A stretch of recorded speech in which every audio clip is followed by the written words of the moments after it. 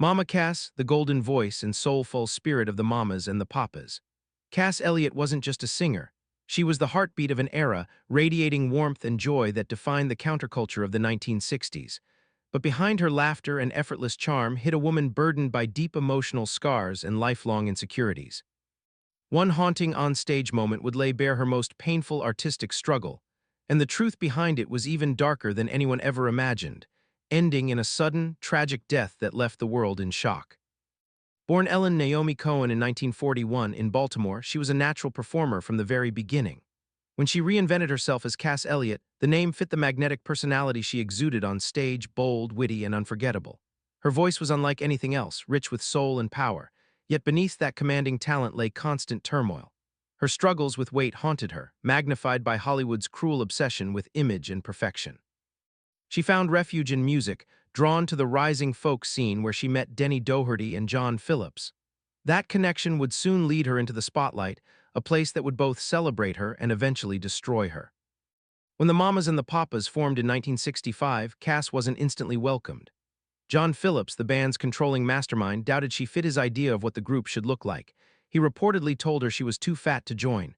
The words cut deep, but Cass refused to give up. Her persistence paid off after a now legendary story, an LSD trip that supposedly helped her reach a high note finally convinced John to bring her in. Once she was part of the group, Cass poured every ounce of her heart and insecurity into their music, helping to shape the harmonies that defined a generation. Fame came fast and intense. Songs like Monday, Monday turned them into international sensations, but behind the hits chaos brewed. Cass was hopelessly in love with Denny Doherty, love that would never be returned. Denny loved Michelle Phillips, who was married to John. It was a tangled web of desire, jealousy, and control. Cass's unreciprocated love became the emotional pulse of their music, adding layers of heartbreak to every performance. The very man who inspired her greatest artistic highs also became the source of her deepest pain. By 1968, Cass stepped out on her own, eager to prove she could shine solo. Her big debut at Caesar's Palace in Las Vegas was meant to be a triumphant new beginning, but the pressure consumed her. In a desperate attempt to look the part, she went on an extreme diet, dropping pounds at a dangerous pace. On opening night, her worst fear came true. Her voice gave out completely. She was forced to leave the stage in humiliation.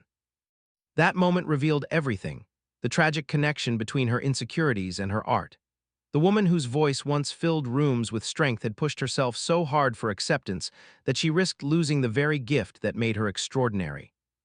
In 1974, Cass's story came to a heartbreaking end.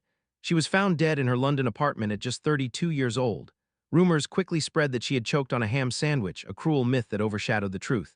The real cause was heart failure. The so-called sandwich on her nightstand was untouched. Despite the gossip, her legacy couldn't be diminished. Cass Elliot's life was proof that authenticity and raw talent could break barriers.